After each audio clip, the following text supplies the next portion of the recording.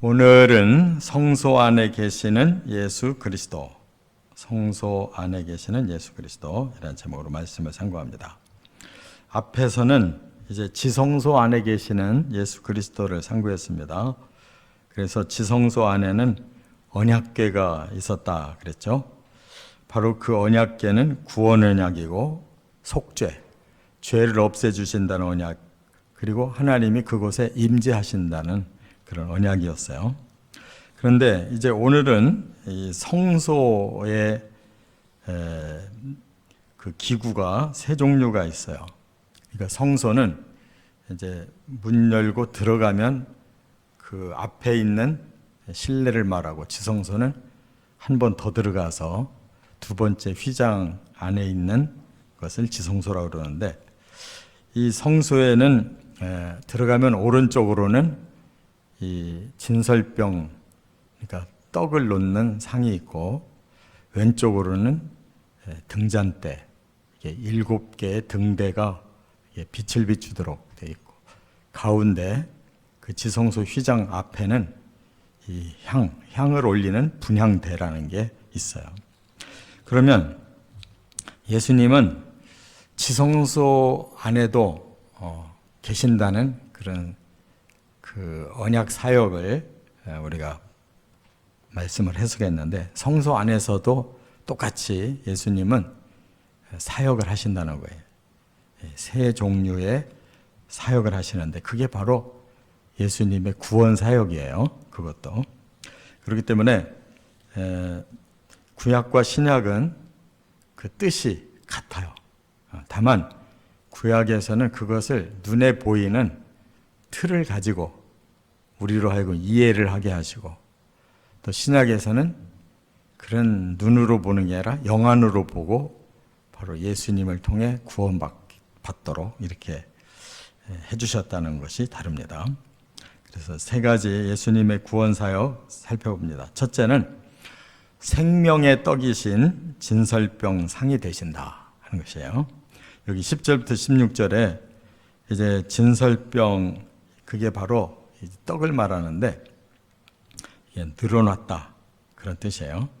그 떡을 12개를 제사장이 만들어서 그 진설병을 그 상 위에다가 두 줄로 6개씩 놓게 되어 있어요. 그것은 이제 12지파를 상징하면서 바로 12지파에게 줄 떡이에요. 근데 그것은 대표로 이제 제사장이 먹는 것 뿐입니다. 한 주간 동안 그 진설병을 차려놔요. 그리고 이제 새로운 안식일이 되면 다시 새 것을 넣고 일주일 동안 묵었던 것은 제사장이 먹어야 됩니다. 그래서 이것은 그냥 단순한 떡이 아니고 바로 하나님이 주시는 구원의 떡이에요. 그렇기 때문에 여기에 이제 그 밑에 보면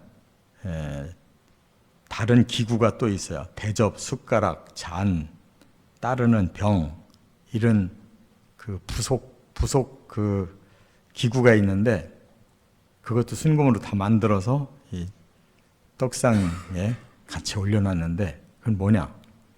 이제 떡만 먹는 게 아니라 거기 잔을 따라요. 포도주를 따라서 거기다도 두기 때문에 떡과 잔을 먹는다 그 말이에요. 그것은 이제 하나님이 그 죄를 사하고 구원시킨 생명의 떡과 생명의 그 음료를 주신다는 건데, 이걸 예수님이 직접 해석해 놓으셨어요. 요한복음 6장에 보면 사람들이 굶주려서 설교 듣다가 지친 걸 아시고 예수님이 오병이어 5개의 떡과 2마리의 그 생선을 가지고 수없이 많은 사람이 먹고도 남았잖아요. 다른 마태, 마가, 누가에서는 그 이후에 특별한 해석을 하지 않으셨는데, 요한복음에만 오병이어가 바로 하나님이 너희를 구원하려고 주시는 하늘로 내려온 생명의 떡이다. 그것이 바로 나다. 이렇게 말씀한 거예요. 그렇기 때문에 모세가 출애굽을 시킨 후에 사람들이 먹을 게 없으니까 막 불평하잖아요. 그래서 하나님이 하늘에서 만나를 내리셨잖아요. 직접 먹고 살 수 있는 그런 생명의 떡을 주셨어요.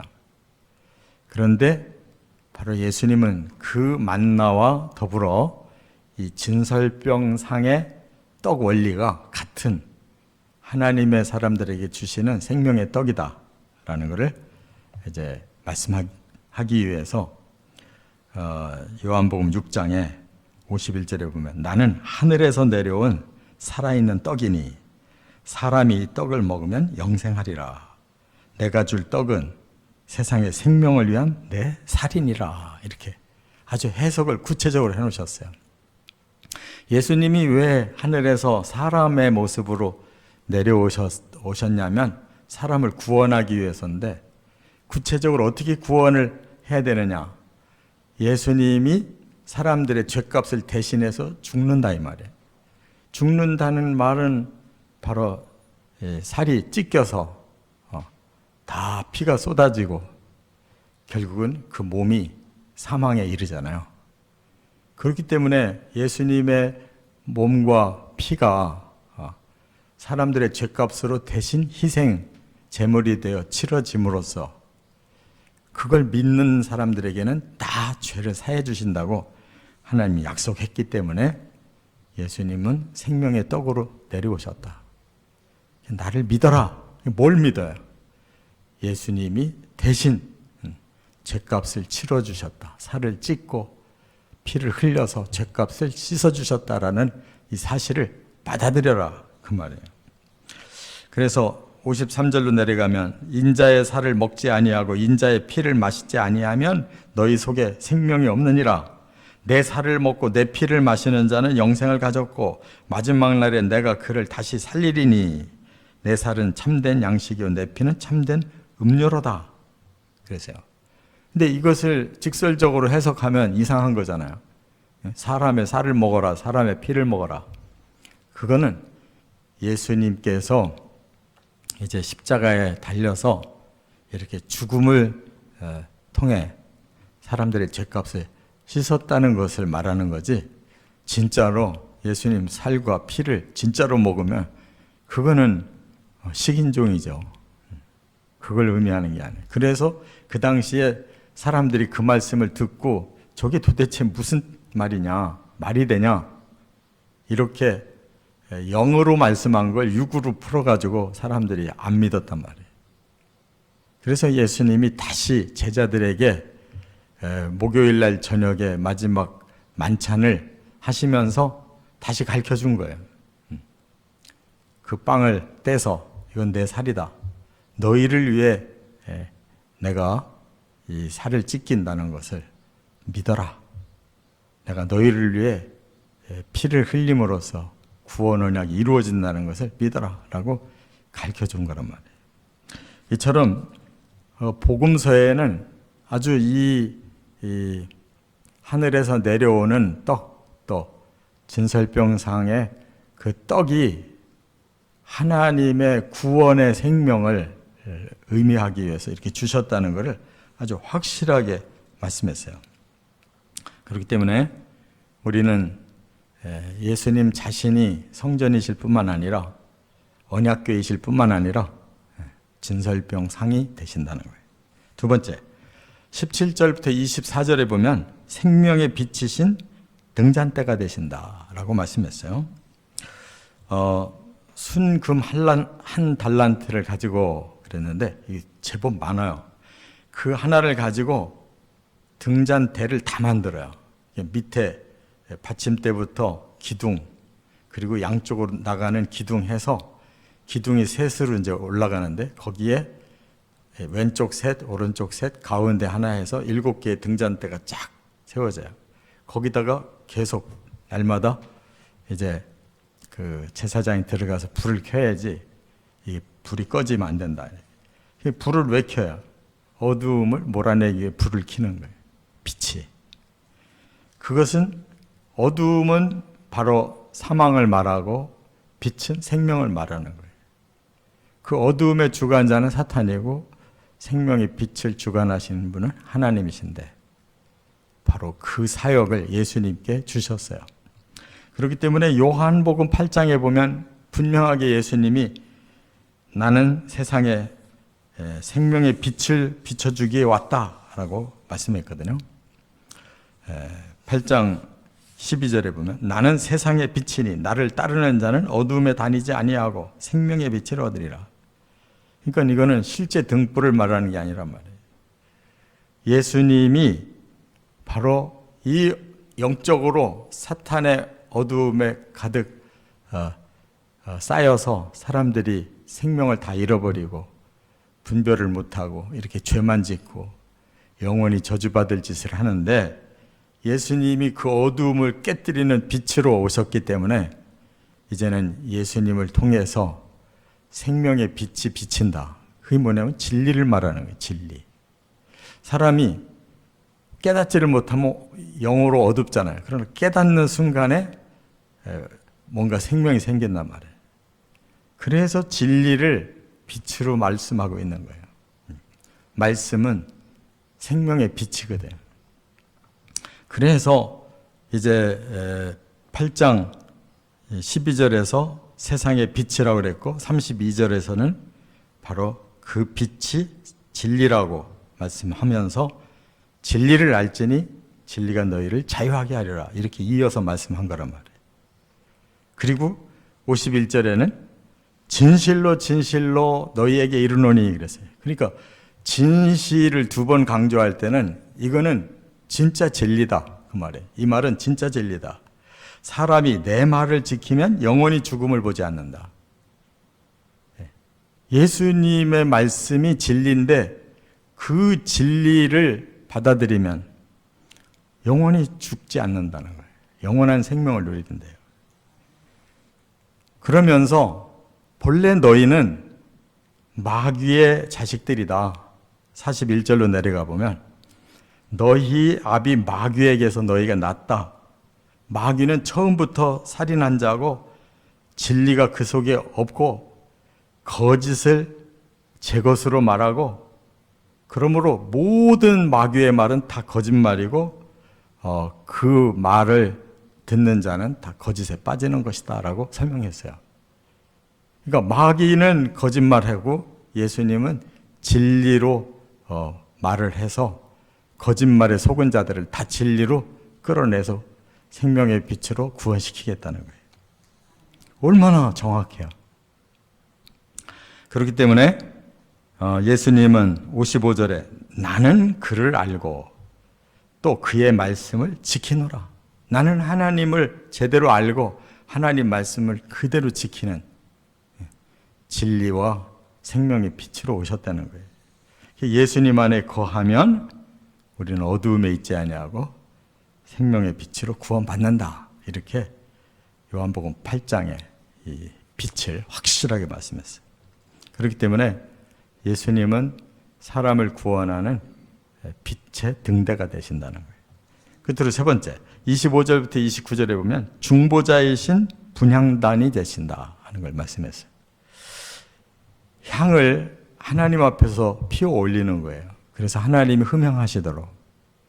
그럼 뭐 하나님이 뭐 취미로 그냥 향을 마시려고 하시는 것이냐? 그게 아니에요.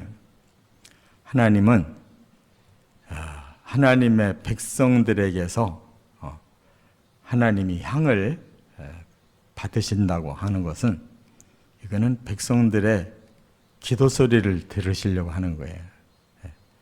그들이 필요로 하는 것이 무엇인지를 다 듣고 그걸 응답하여 주시려고 그렇게 하나님의 영적 교신을 이 향으로서 표현하는 거예요. 그걸 계시록 5장 8절에서 해석해 줬어요.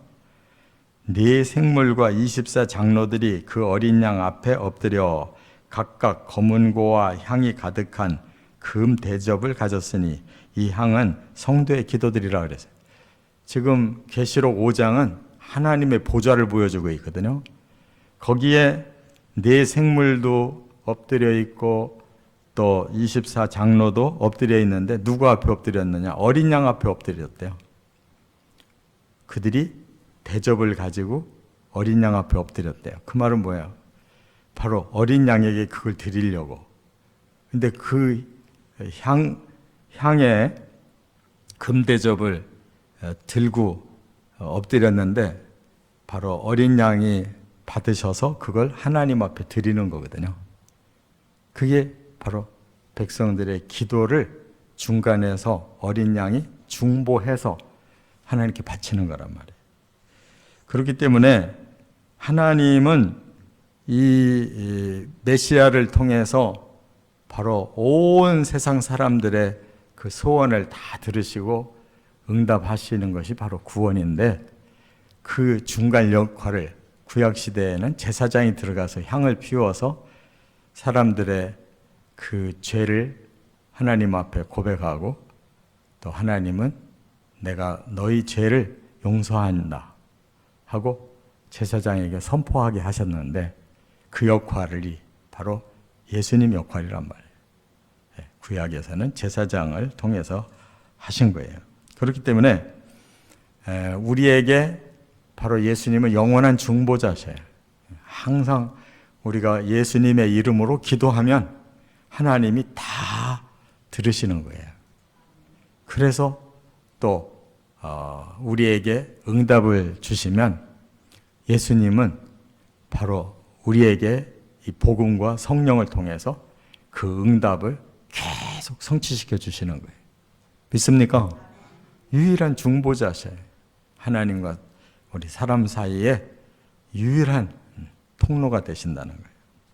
그래서 우리는 이 은혜 가운데서 이 땅에서도 하나님과 교통하고 하나님 안에서 죄도 고백하고 씻음받고 축복도 누리고 또 기도의 응답도 받으면서 신앙생활이 하나님 안에서 이루어지게 하시고 그 나라까지 예수님이 중보해 주신다는 거예요. 성령은 인도자가 되어서 그 나라까지 이끌어 가신다는 거예요. 할렐루야. 아니, 이렇게 성경은 완벽하게 이렇게 창세기부터 계시록까지가 하나님의 계획된 구원의 책인데, 이걸 우리가 열심히 읽고 깨닫기만 하면 구원이 우리 것이다, 그 말입니다. 그래서 로마서 8장 34절에 누가 정죄하리요? 죽으실 뿐 아니라 다시 살아나신 이는 그리스도 예수시니 그는 하나님 우편에 계신 자요 우리를 위하여 간구하시는 자신이라. 이제는 우리를 정죄할 자가 없어요. 예수님이 중보자로 하나님 우편에서 우리의 기도를 들으시고 다 하나님 앞에 간구해서 우리에게 죄도 용서하고 이렇게 응답을 주시고 우리를 책임지고 천국까지 가도록 이렇게 중보해 주시는데 걱정할 게 뭐 있냐. 지난 시간에도 예수 그리스도를 아는 게 중요하다고 그랬잖아요. 오늘도 떡상이 되시고 등대가 되시고 분향단이 되시는 바로 예수님 안에서 모든 게 다 이루어지는 거예요. 철저히 예수님을 알고 믿고 순종해 가시기를 주의 이름으로 축원합니다.